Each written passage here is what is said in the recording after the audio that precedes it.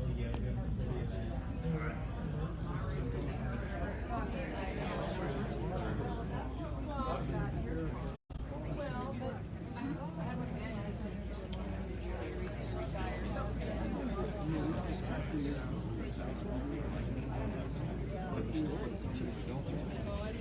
asked me questions.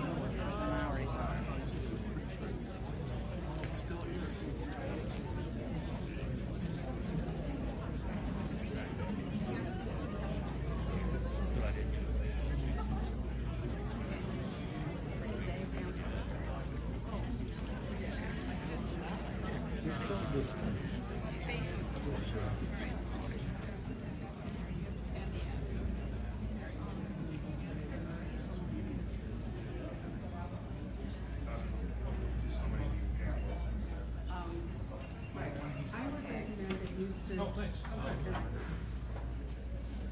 Hi. We're going to come back to Joanna's first, right? That's correct.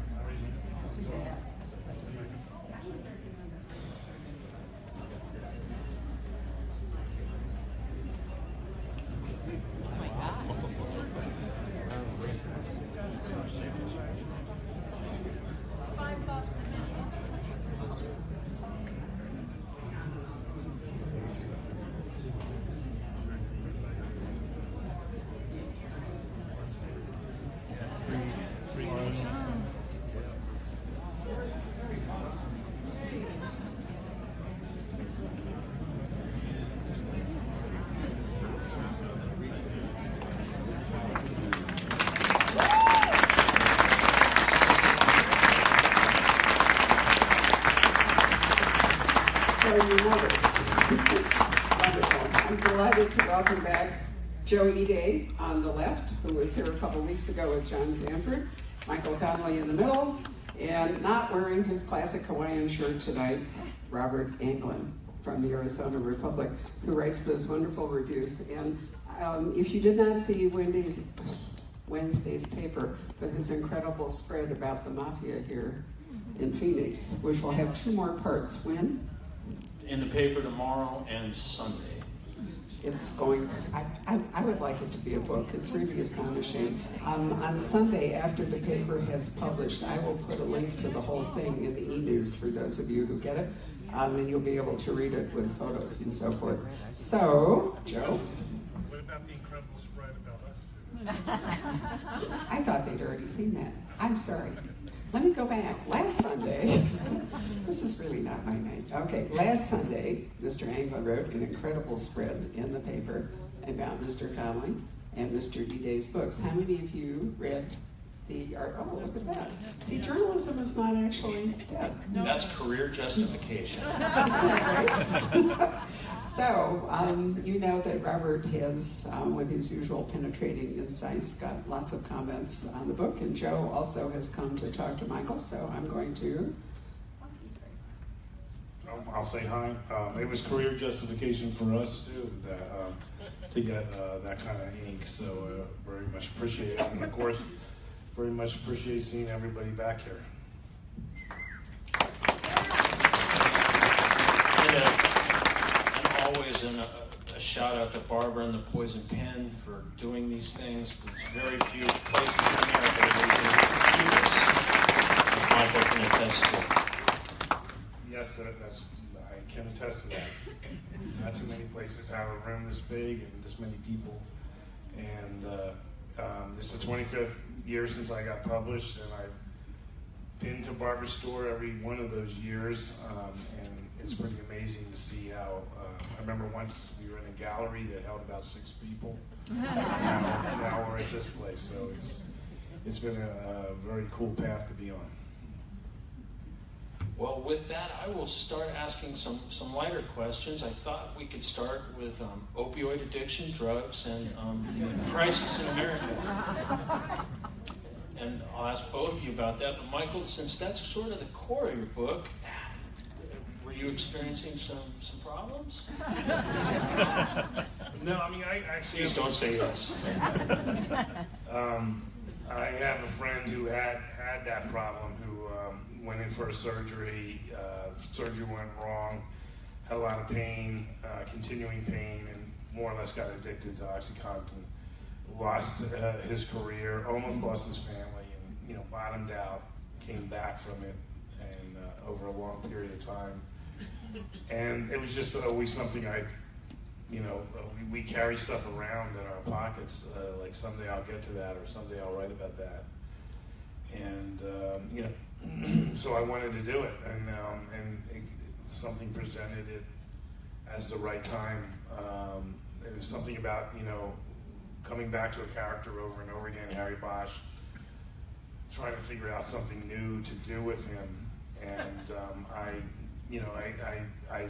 read something, and then I met an investigator who talked about how older people who can qualify for Medicare are used in these groups to go to take fraudulent prescriptions and so forth. And it's the low edge of this crisis, that there's people involved in illegitimately getting these pills and then surfing them back into the machinery that distributes them and so forth. And so I thought, Harry Bosch undercover. In 25 years, I've never written about Harry Bosch undercover, and I have this friend who has a personal experience, and I can spend time with him and pull out details and things like that. So it just kind of comes together, and then you start writing.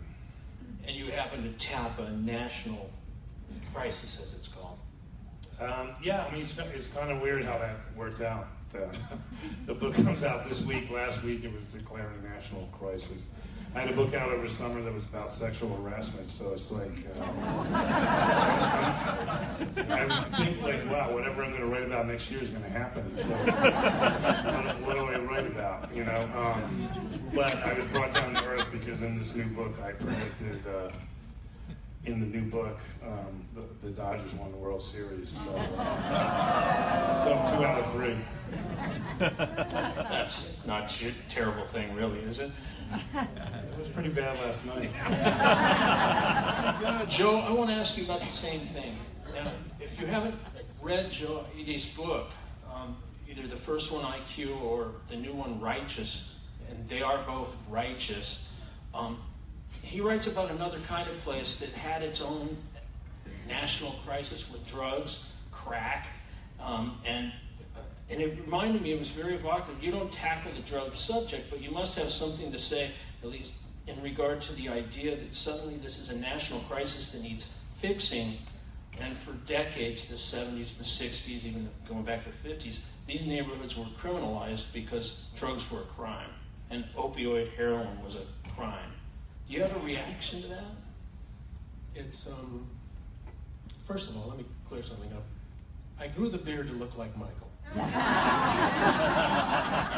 think if you were Japanese, we'd be twins.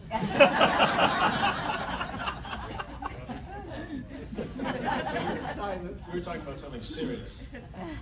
It's sort of, I'm kind of incredulous now that the attention about opioids is sort of catching up with every other drug problem that's been there since the 70s, since crack invaded South Central.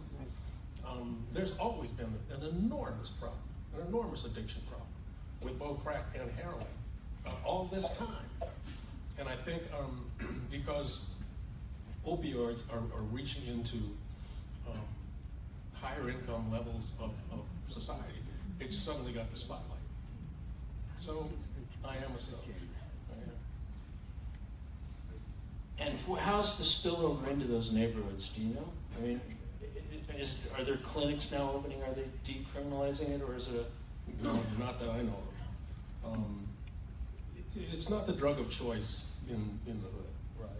Crack is too cheap, heroin is too cheap, and they're just so much easier to get. So, in terms of what I know, it isn't the same problem as it is nationally.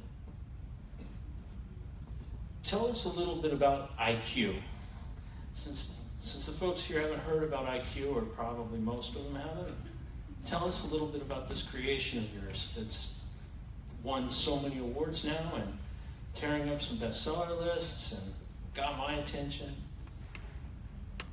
Wow. IQ is is something of an anomaly for his for his environment. He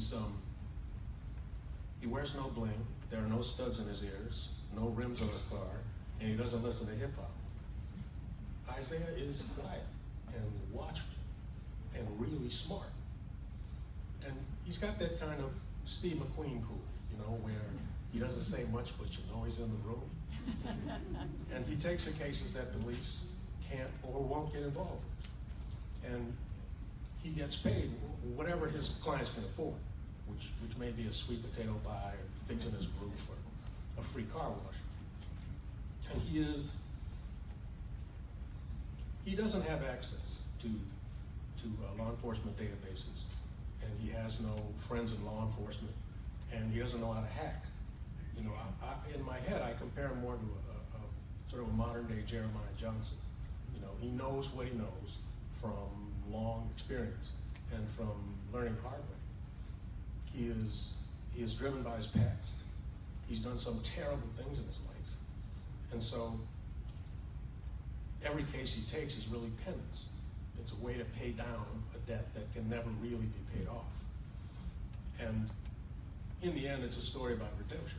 It's about a young man who overcomes that terrible past and becomes a person who seeks justice for people who cannot seek it for themselves. And that's Isaiah in a nutshell. Now, I made the comment in the review that this is a character that could go anywhere.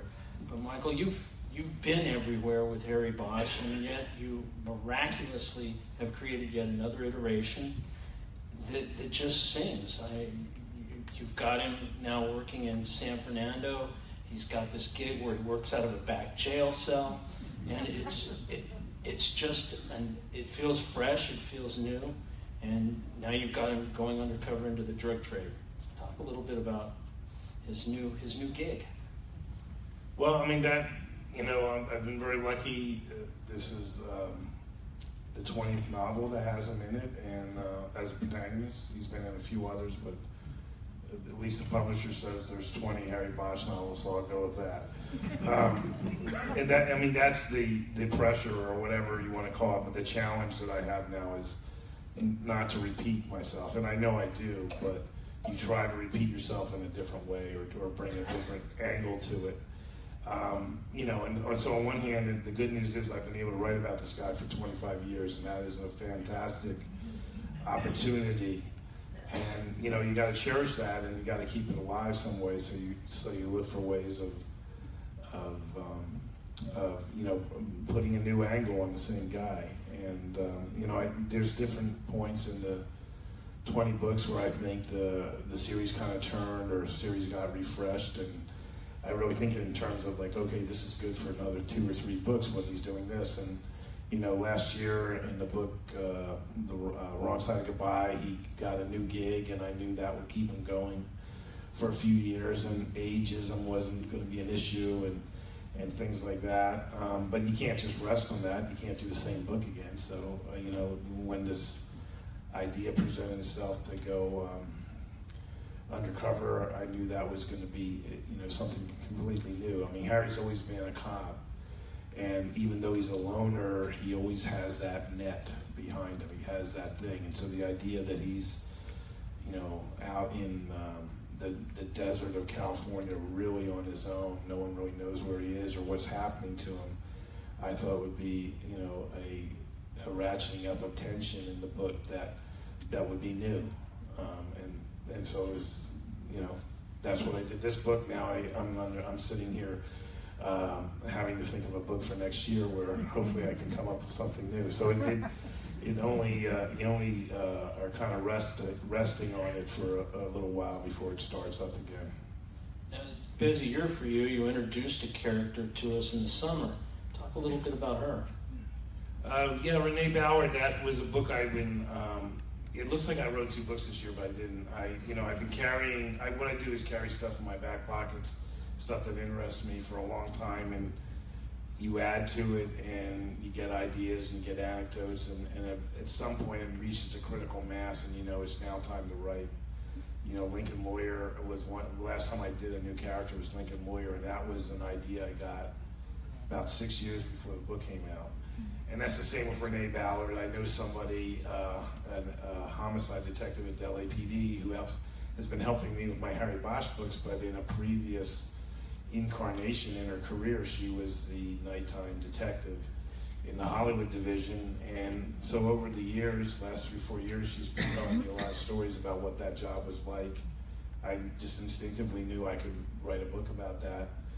And I had this real live person who I could just constantly bounce stuff off of and ask questions. And so the character is very much like the real detective, and she was indispensable in the writing of it. And ends up, usually when you carry stuff around like that and you reach critical mass and you just instinctively know it's now time to write it, it happens really quick.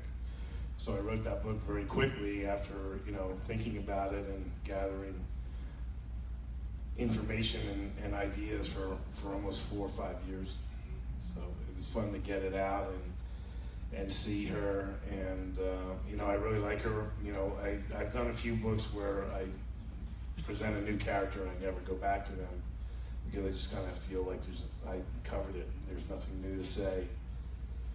With her, I know for sure I'm coming back to her. I think there's a lot to say about her. You bet. You do an astounding amount of research. And in the first 30 pages of Two Kinds of Truth, there is information about DNA protocol 30 years ago. There are legal machinations of what happens when a convicted felon is found innocent, and a detailed description of an evidence box down to the color of the tape, and an equally exacting description of how to open that box, and then a lesson in how to handle a crime scene, and how to deploy forensic personnel, and a whole bunch of other stuff in the first 30 pages. And I'm wondering, just like a professional interest, how you organize all that information. I mean, do you research these things, as they are needed, or you have this massive file cabinet? Yeah. It sounds like he quit after 30 pages. All that boring stuff.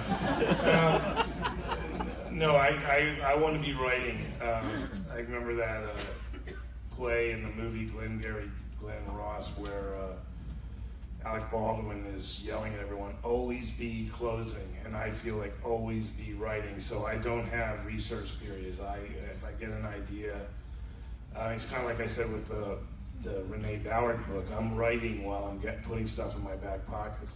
So I always want to be writing, and I'm lucky that I have, it's not that big, but a small cadre of real detectives that I can constantly be shooting texts to or emails to and saying, I need this to happen, what would you do, and all that kind of stuff. I mean, I'm a journalist at heart, not a creative genius, and so most of the stuff that happens in my books are things drawn from real life stories or anecdotes I've heard, or me asking a question of someone who really does that work, and they say, this is how I would do it, or this is how it is done, or here's a story that hits on those kind of questions, and maybe it works for you. And so it's always that, and there's always rewriting.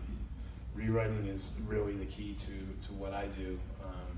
So a lot of the things that you just enumerated were probably not even in the first draft, and then when I came back around, I knew what I needed to do. And that's how it works. And that's actually the second drafts for me are the fun drafts, because that's when you rewrite and you know what you need and you got to put it in there. The first draft, I guess it could almost be called an outline, a 400-page outline. Usually my first drafts are the longest version of the book, and they get cut down and streamlined and made thin and lean and mean and that kind of thing. So the second drafts are where stuff come together. Like, I never let anyone read my first drafts, or they would know I was a phony. And it's the second one where it comes together, and that's when a lot of that detail gets layered in and stuff like that. So you're not going to shift to an 800-page Elroy-esque tome?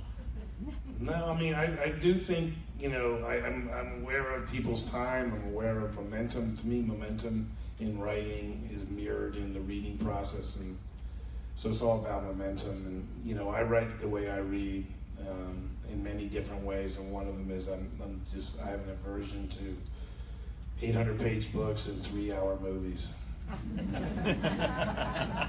I loved the new Blade Runner, but it was at least 40 minutes too long. Can I ask him a question? You bet.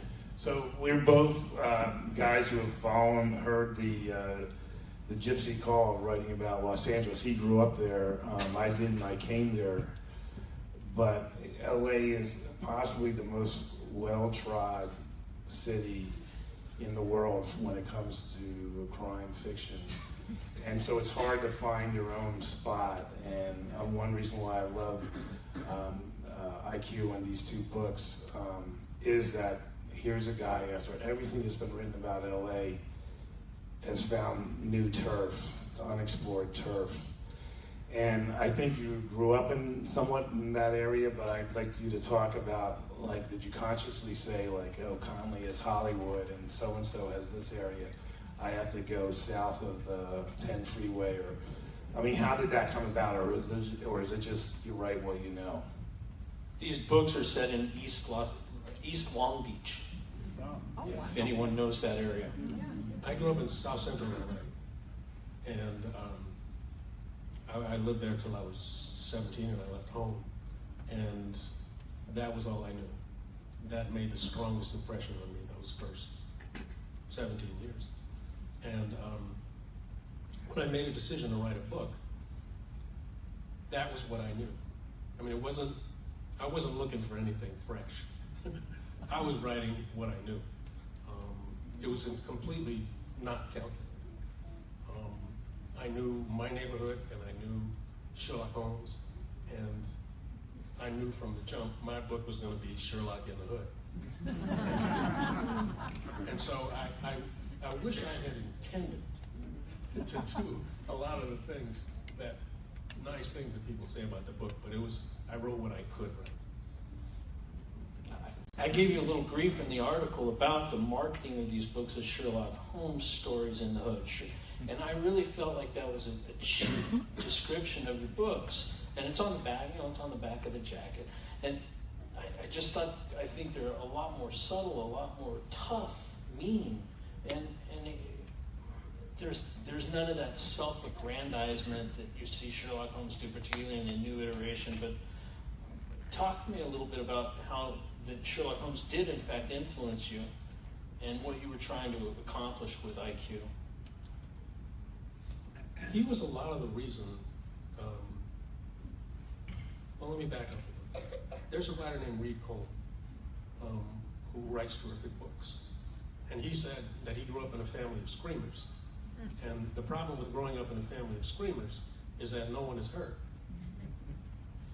My family, they weren't screamers. We just didn't talk about anything that wasn't absolutely perfunctory. You know, we didn't talk about what we were doing or how we were feeling, what problems we were facing. The idea of confiding in anybody in my family never occurred to me. So we weren't screamers. We were mute. And I wanted to be heard.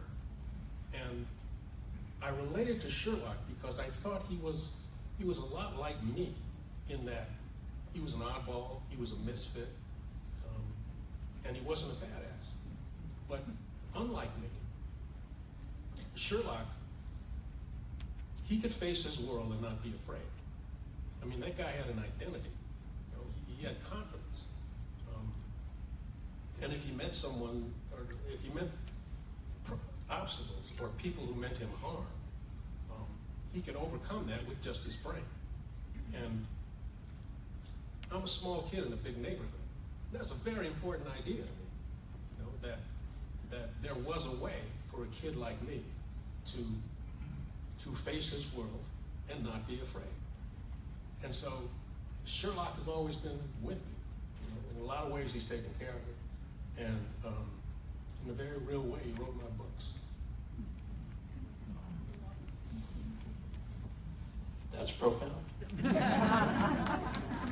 Okay.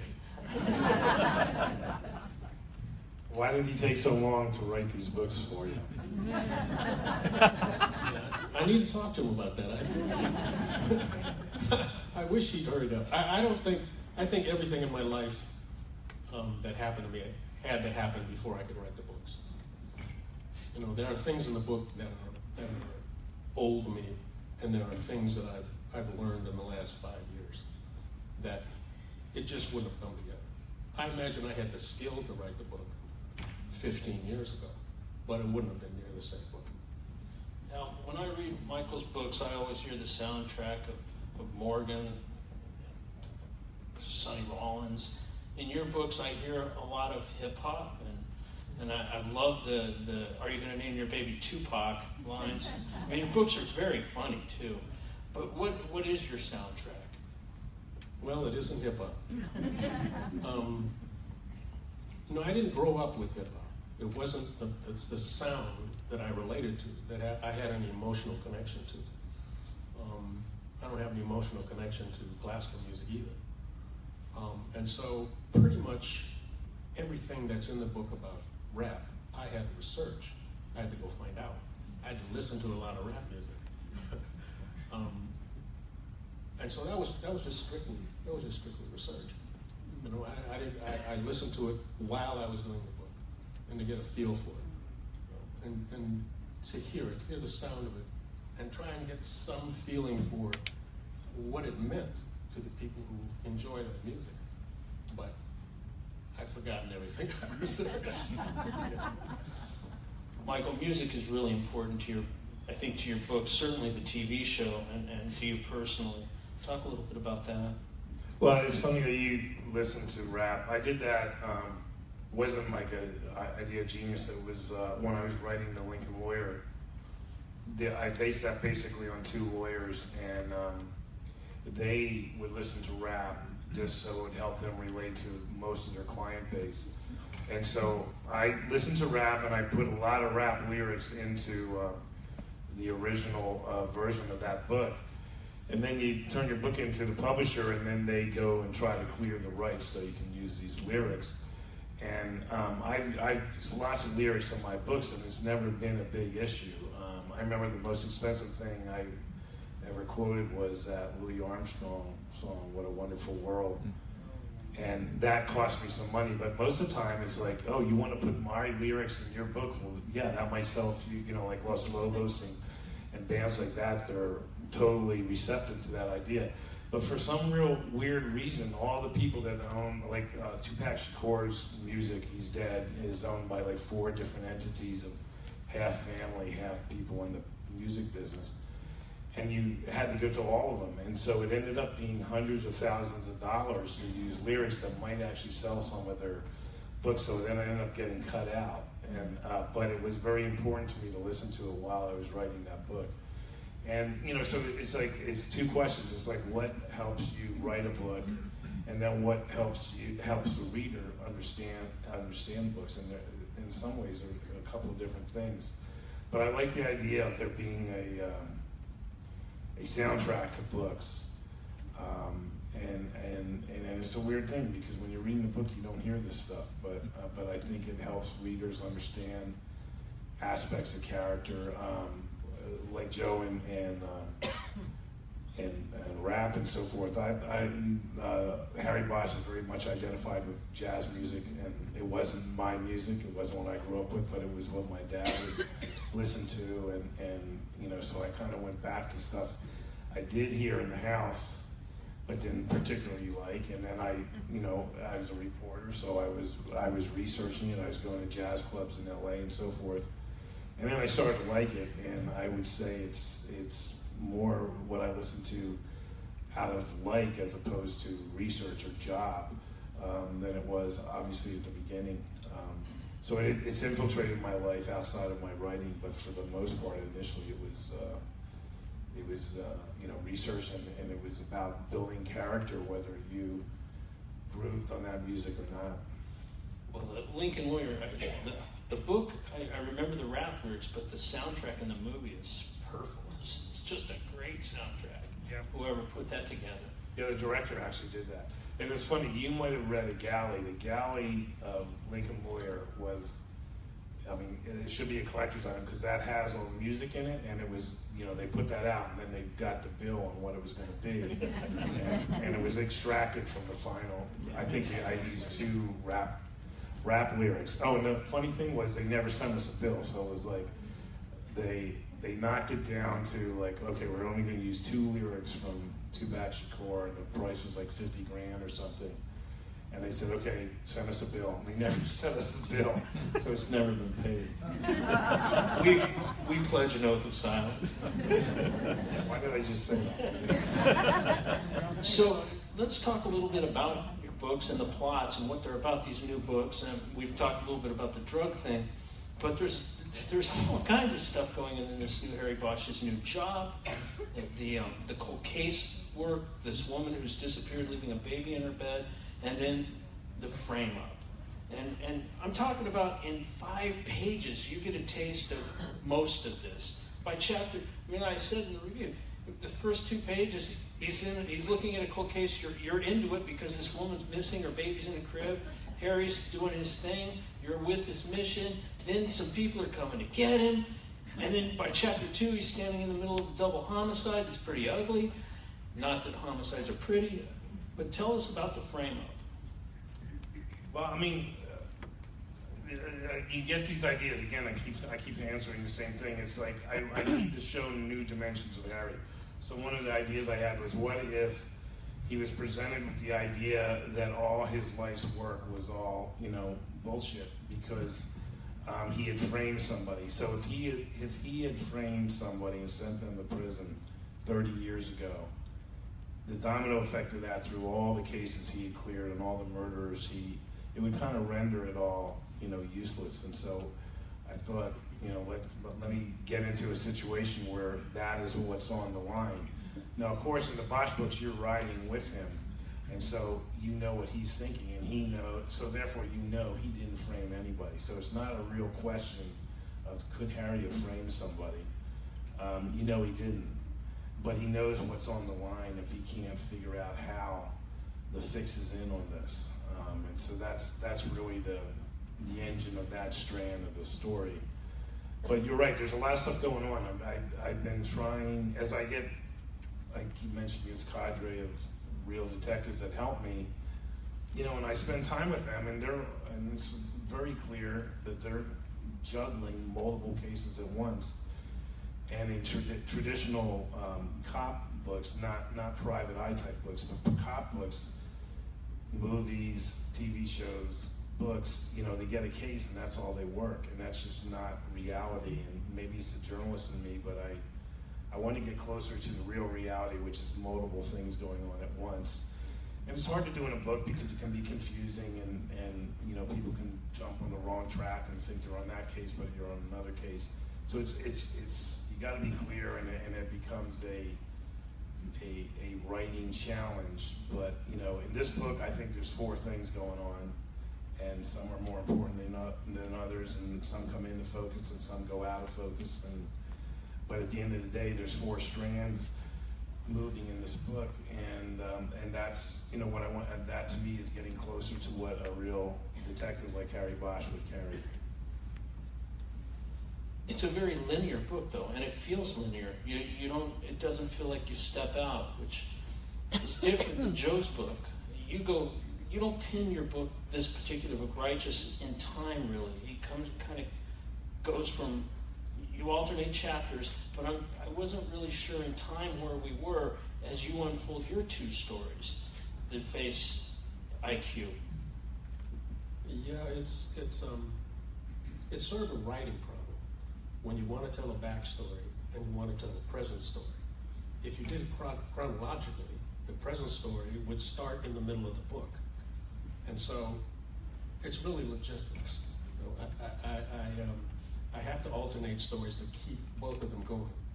And one of the things that bothers me about some of these PI characters is that they show up fully formed. They already know everything, and you don't know how they got that way.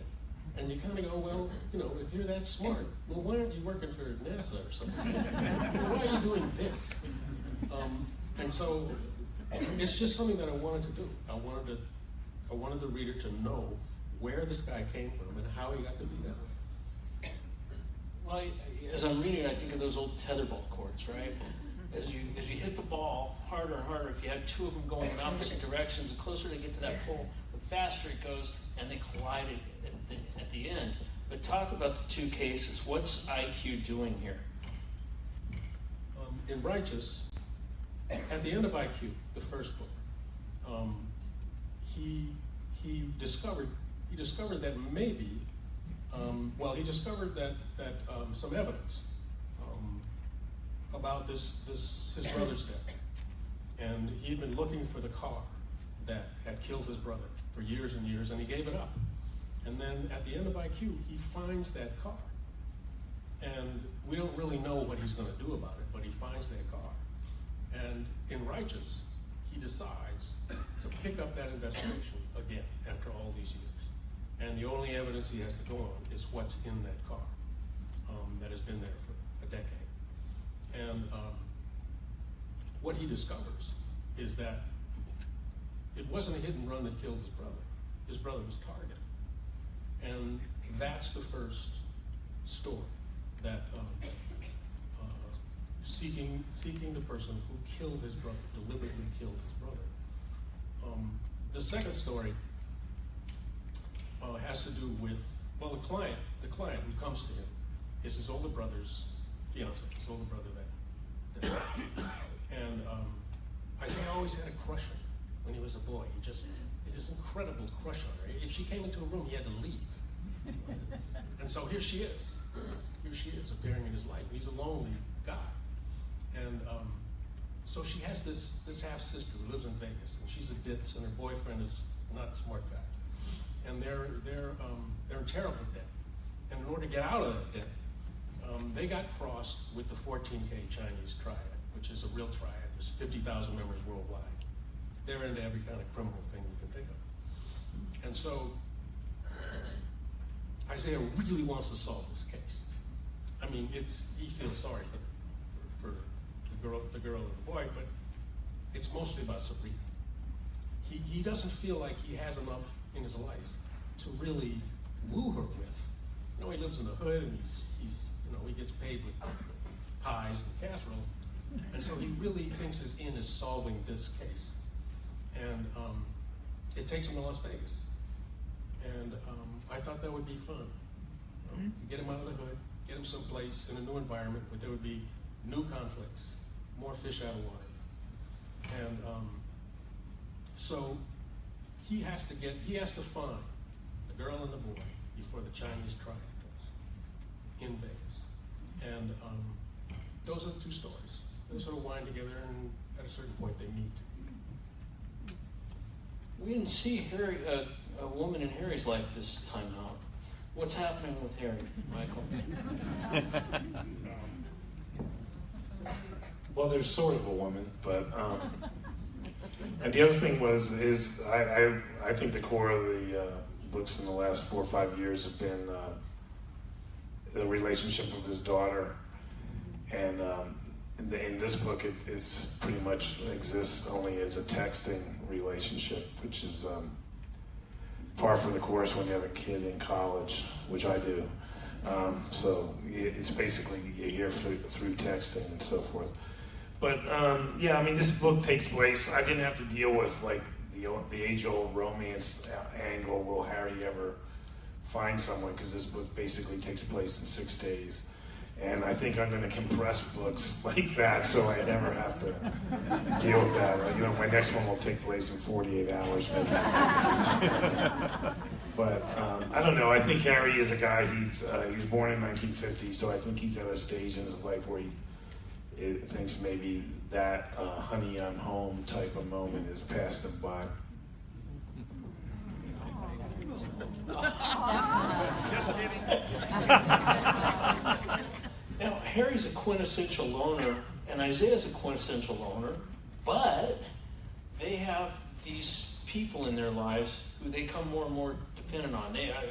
I hate the word sidekick, but Mickey Haller is nobody's sidekick, but he's certainly integral to Harry Bosch. and Isaiah as Dodson, is whoever Dodson is at the moment. Talk a little bit about those two characters, if you will. So I'm looking for a sidekick for Isaiah, but I didn't want him to be the sort of traditional, sort of submissive, wide-eyed guy who's always, astonished at what his partner does. I wanted some conflict. I wanted them to be antagonistic, because the adage, no conflict, no story. So I wanted them to be some back and forth. And Isaiah's a really serious guy. He's like one of the most unfunny characters ever. So I've met more than a few hustlers in my life. And Dodson is a combination of all of those guys. And I thought, because his sense of ethics and his sense of personal conduct is almost the opposite of Isaiah's, I thought they would make an interesting pair. And I thought I could get some humor out of it. And the story and Isaiah needed some levity. And that's where he came from. Me and Harry and Mickey, I just think they're a natural pair, and also this idea of the integration of police work and court system and so forth is so obvious. So I've always liked that idea of bringing Mickey Haller. I don't outline my book, so I didn't realize when I started this book that Haller would end up being a very pivotal character. Initially, Harry contacts him for some advice, and then by the end of this book, it's kind of like a legal thriller with courtroom drama, or hopefully drama, but courtroom scenes and so forth that make it. I don't even know how to characterize this book, but I dare people to say it's a police procedural, since most of the last third of it takes place in and around a courtroom. So I think it's just an effort to keep them guessing. I want to mention, though, go ahead. No, go ahead. I was just going to say that one of the funnest things I did in this book, in terms of the writing thing, was after 15 years, the return of Jerry Edgar. He makes a very significant appearance in this book, and he became. He's not a cop anymore, but he is an investigator for the state. And some of the research I did for this book on the opioid epidemic was to spend some time with some undercover people that work for the medical board and investigate pharmacies and doctors and clinics and things like that. And they have strong opinions about why we're in this situation, which costs us all as taxpayers. It costs us all lots of money. So it's just really not a problem that's had other people have. And so he was the guy who gives voice to that in the book. So it was fun to have his surprise appearance, and then he is a significant contributor to the story. You've researched and written about the absolute worst of humanity. And I'm wondering, like, over the years, has it changed your own view of people? Like, whether they're fundamentally good or bad, or somewhere in between? I don't know if I have an opinion in general about whether people are fundamentally good or bad. I just think that I'm pulled out of the abyss constantly by the people that help me write my books. There's lots of bad cops. There's always going to be bad people in any kind of group. But I found people that are like Harry Bosch, that are not in it for the paycheck or the power or anything like that. They're in it because they want to, find a hidden truth. They want to improve things. They want to, take evil out of the picture. And their dedication and the things they do, I'm constantly left shaking my head that I can't believe this person. These are the kind of people that you would aspire to be, and they're helping me with my books. And so, no matter what I write about, how dark it is, these people spend their real lives in that kind of darkness and have found ways of dealing with it getting you go into darkness, it's going to go into you some way, and you got to figure out how to deal with it. And the way they deal with it is just inspiring, and so that always kind of saves me from any kind of dark view I might have of humanity, because there's people like this that are lights in that darkness, and hopefully I'm writing about a guy that is one of those lights as well. I actually want to follow that because I made the point in the review that I felt like maybe more than ever, you've convinced me that Harry Bosch is an optimist. Now, I don't want to give anything away, but I swear to God, I thought Daisy was going to be a dog. And I thought that was going to go in a completely different direction. And instead, it was very human and poignant even. And then you come at it with the mission, and you've reestablished that. So I'm convinced that Harry's an optimist. I don't know if you are. Like Harry, I always say he's a cynical optimist, and that's a contradiction, but I think we all have that kind of contradiction. So yeah, I mean, I think having a kid in the world, and it makes you an optimist, and so he has high hopes for aspects of the world for sure. Joe, is IQ an optimist? No. But you did.